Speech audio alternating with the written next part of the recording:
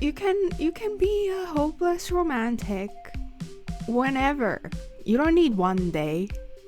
Who could do all their hopeless romantic things in one day? It is a lifestyle that you can just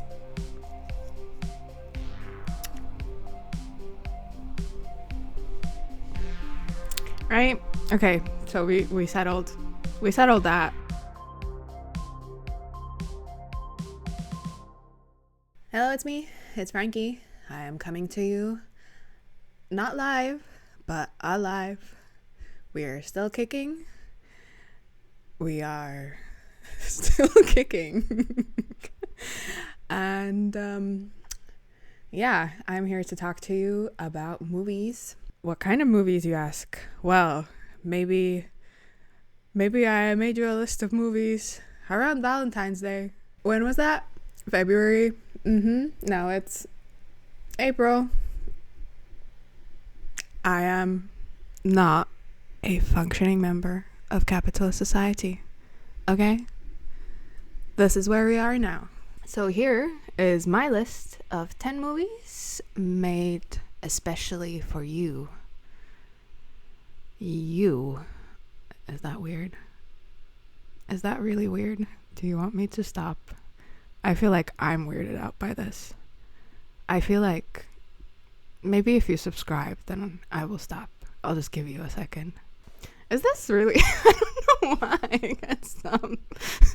It just looks so weird.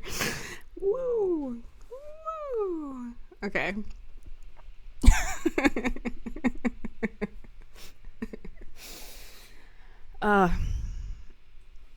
Here's my list of 10 movies made especially for hopeless romantics like you. Yeah, I need to stop doing that.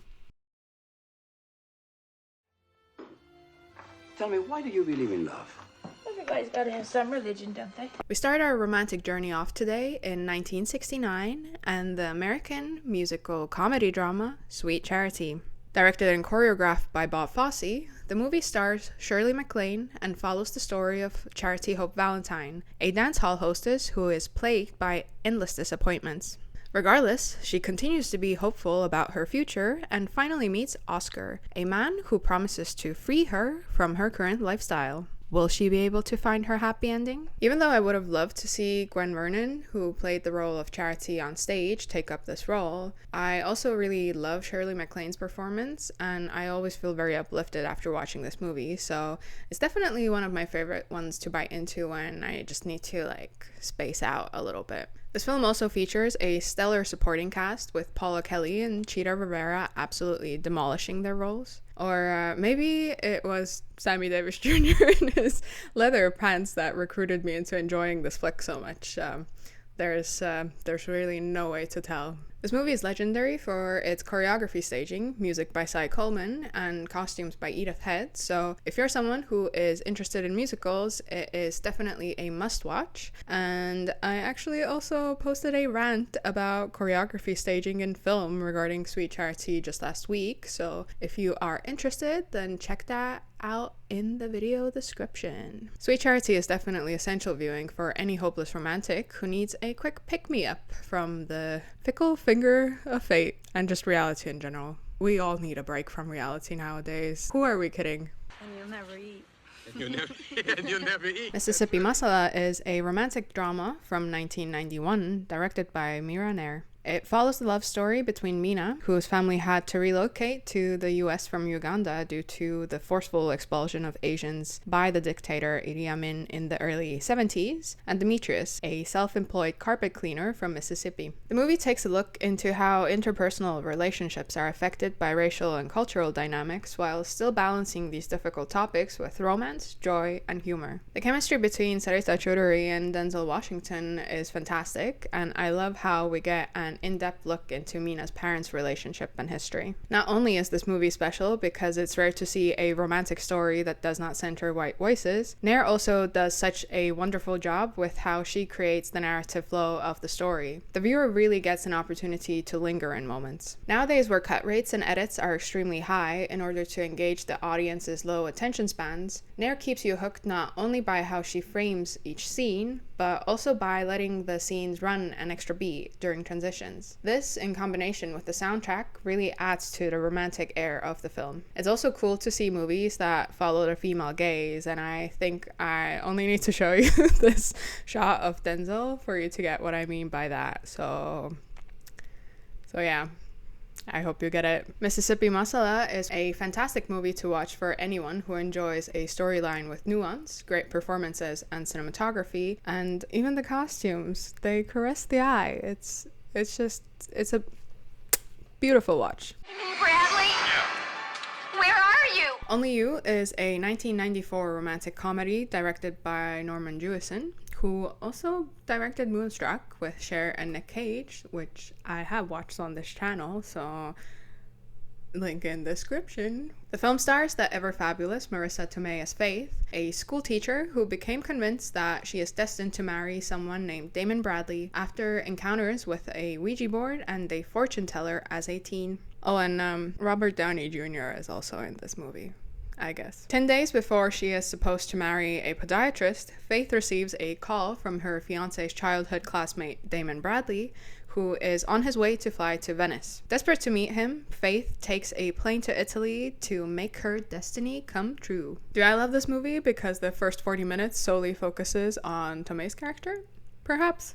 But Faith holds such a whimsically romantic outlook on life that really makes you root for her. And Tomei's costumes in this movie are fire. Honestly, they're great. The Italy setting is obviously very romantic and visually pleasing. I love the honest camaraderie of the female friendships. And honestly, the meet cute is very well fitting with the whole destiny theme. And even though I am not a fan of Downey's character and I think he's insane and Faith should not stay with him, the movie, it does have like a good balance of cheese and cringe to get you to the end. And also, if you can't tell, then I think Marissa is a gem, and I will watch it again just for her. And those costumes, they're so good. They're really good. Who would you want to kiss you goodbye? Continuing with the destined love theme, we now move on to Still Breathing, a 1997 American romantic drama directed by James Ford Robinson that stars Joanna Going and Brendan Fraser. The film follows Fletcher, a puppeteer from San Antonio who has dreams and visions with the face of a woman he believes to be his true love. Equipped with a collage he made from magazine cutouts, he travels to Hollywood where he finds Rosalind, a con artist who sees him as her next gig. Still Breathing holds a dreamy 90s vibe, and I am a huge fan of the set design and costumes in this movie. I first came across it when I saw this god-awful poster with Fraser's face on a streaming service, but since I grew up a classic buy with an unearthly fascination with The Mummy and Fraser's other films, I decided to give it a go. You know, sometimes the poster is bad, sometimes it's bad.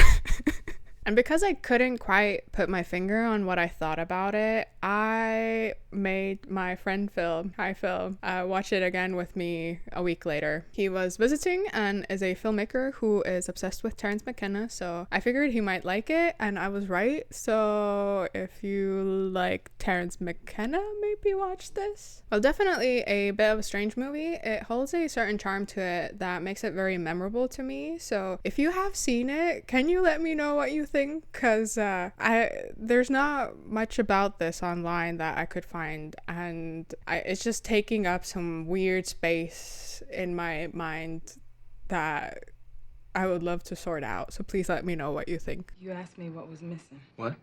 from basketball. Up next, we jump to the year 2000 with the cult classic Love and Basketball, that is an American romantic sports drama that's written and directed by Gina Prince Bythewood. Starring Sana Lathan and Omar Epps as Monica and Quincy, the film follows their relationship from early childhood to adulthood while each pursue professional basketball careers. This film gives a cool perspective on the girl/boy next door trope, as we see how each character's experiences in the basketball world are modeled by gender expectations set by culture and society. As a directorial debut, the way that Prince Bythewood was able to balance the love story with the well-shot montages of basketball games is very impressive. I especially loved how in-depth we get to see Monica's point of view on the basketball court and the pressures that come from being a young athlete, as it is rare to see movies focus on women's athletic ambitions. Because Love and Basketball follows these characters over many years, it gives a chance to dig into not only the main character's relationship, but also their family dynamics and how community and culture affects a person's choices and ambitions. Also,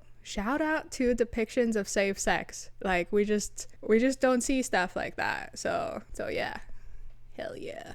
This movie is a fantastic watch for anyone who wants to see a deep dive into a romantic relationship between two highly ambitious people with fantastic sports cinematography and a stellar soundtrack.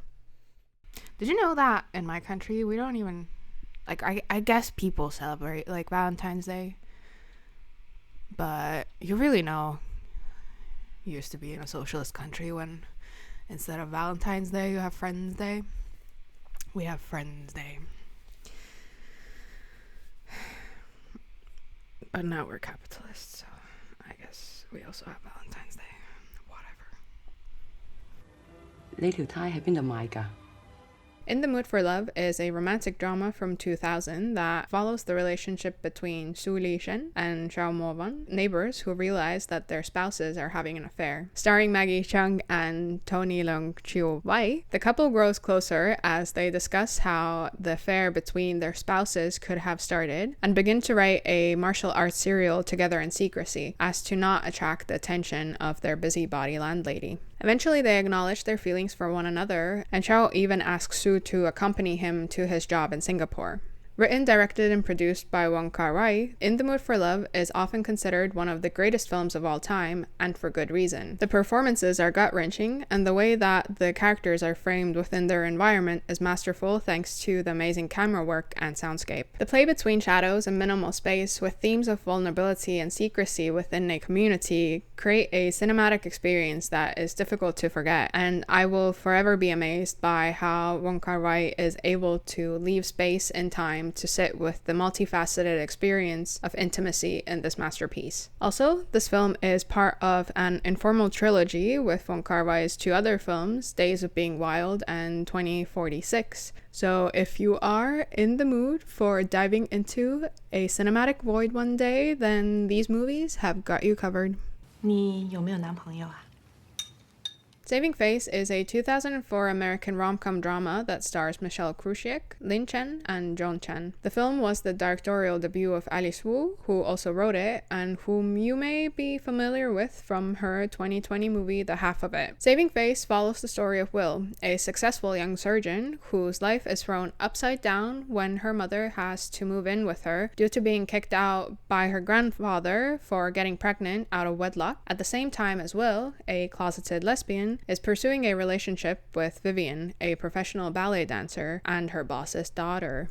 The drama. I absolutely adore this film. It has so many interesting themes and layers woven into the storytelling. From Will and Vivian navigating their relationship as a lesbian couple while being pressured to settle down with a man or not feeling like they can follow their dreams, to seeing how Will's mother navigates her relationship with her elderly parents while coming to terms with her position in life as a single pregnant Chinese woman in her 50s. This movie has absolutely everything. I really admire how Wu was able to incorporate so much humor into the script with so many complex themes, and this movie really makes me laugh out loud so many times every time that I have seen it. While not based on her life, Wu gathered inspiration from her own experience of coming out to her mother, who then did not speak to her for 2 years. In an interview to New York Magazine, Wu said, "I did write this for my mom because I wanted her to know it's not too late to fall in love for the first time. I want her to leave the theater feeling that sense of hope. And that's exactly how this film makes me feel. So if you need a great pick-me-up, I definitely urge you to check this movie out. Aïe, aïe, aïe, ça me fait peur. Mood Indigo is a 2013 movie by French filmmaker Michel Gondry that definitely has one of the most unique combination of genre descriptions that I have ever seen on Wikipedia, as it is listed as a surrealistic, romantic, science, fantasy, tragedy. Starring Audrey Tautou and Romain Duris, the film follows the struggle of a wealthy man named Colin as he tries to find a cure for his wife Chloe's unusual illness that causes a flower to grow in her lungs. This film is definitely one of the more peculiar ones on this list, though it is not surprising considering that Gondry is known for his emphasis on emotion and dreamlike world building. I find that I gravitate towards this film especially when I'm in the mood to break my brain a bit and take my heart through a car wash, and it has yet to disappoint in these matters. The level of detail that goes into the world building is remarkable, and the mix of visual effects provides a spectacle that holds up even years after the film's release. Something that I suspect will become rarer to see in film considering the current landscape. Mood Indigo really reads like a dream, and there are countless creative decisions that make it unforgettable. I, for one, always remember the wedding scene where it is as if the couple is floating through water, though perhaps technically it is one of the more toned down moments. So if you want to lose track of reality for a few hours, then this movie is the one to pick.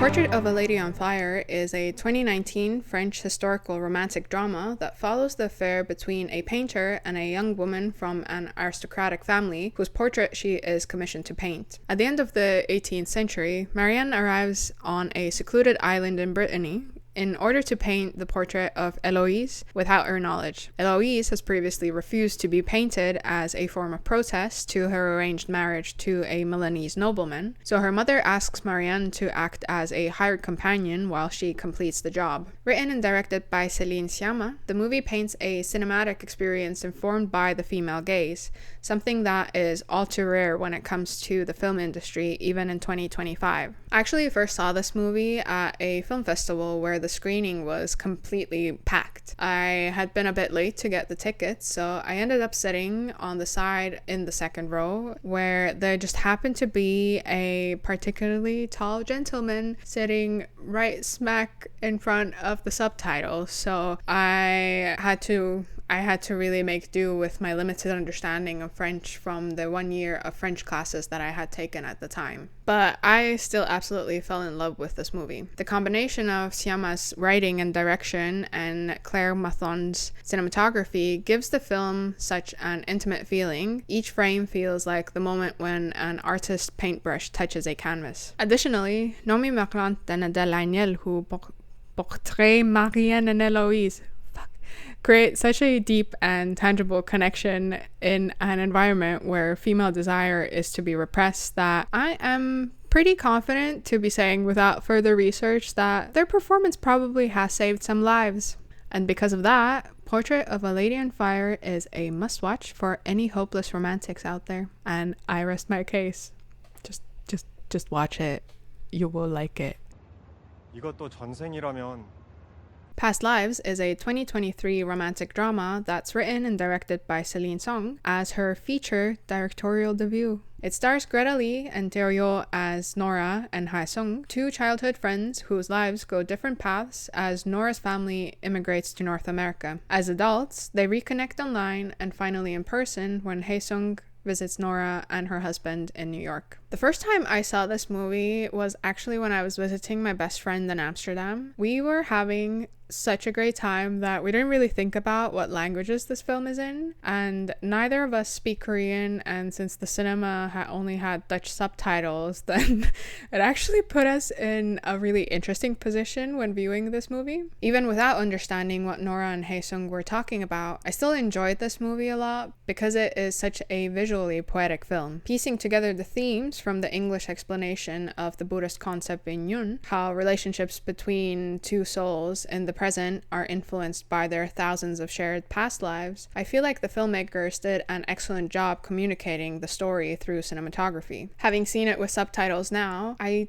don't even think that my understanding of the movie changed all that much, other than having more detail about Nora and Haesung's relationship. This is definitely because the actors in the movie are just so excellent at carrying emotion. So if you're someone who's interested in acting, it may be a good exercise to watch this without subtitles. That being said, Celine Song's writing is so beautiful, and I find the vulnerability of her dialogue so sweet, heartwarming, and refreshing. I love how she discusses connection not only in the context of the digital age, but also in terms of spirituality, and the ending definitely wrecked me in such a deep and beautiful way that I still often think about it now. その木はおじさんの友達?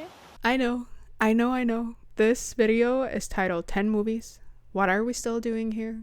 Well, as someone who holds the firm belief that you actually don't need another person to access those loving romantic emotions within yourself, nor should we deprive ourselves of our natural emotions, I couldn't help but finish this list off with this special film. Perfect Days is a 2024 drama by Wim Wenders that follows the daily routines of Hirayama, a public toilet cleaner in Tokyo. While not explicitly framed as a romance, following the story of Hirayama, portrayed by Goji Yakusho, definitely had a heartwarming effect on me. For a movie about a man washing toilets, this film definitely has a very romantic heartbeat. As we watch Hirayama move about his work and hobbies, the pace of the film feels calming to the nervous system, and the visuals and montages relating to the experiences of the character and the art he is consuming are absolutely lovely. This film lets us ponder, how do we show up in society? How do we serve our community?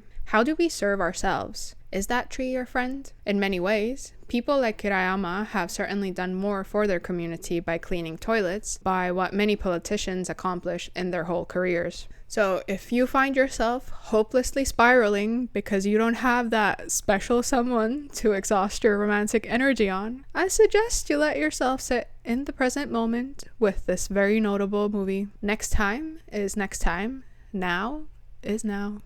And that is a wrap on today's 10 movies. Have you seen these? Which is your favorite? Let me know down in the comments. I'm sure you will, if you don't agree with me especially. But being a hopeless romantic shouldn't be reserved for just one day of the year. Yeah, you heard it right. It's a lifestyle. You just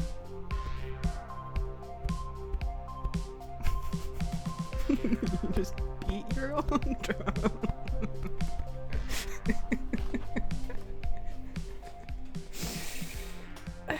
just beat your own drum.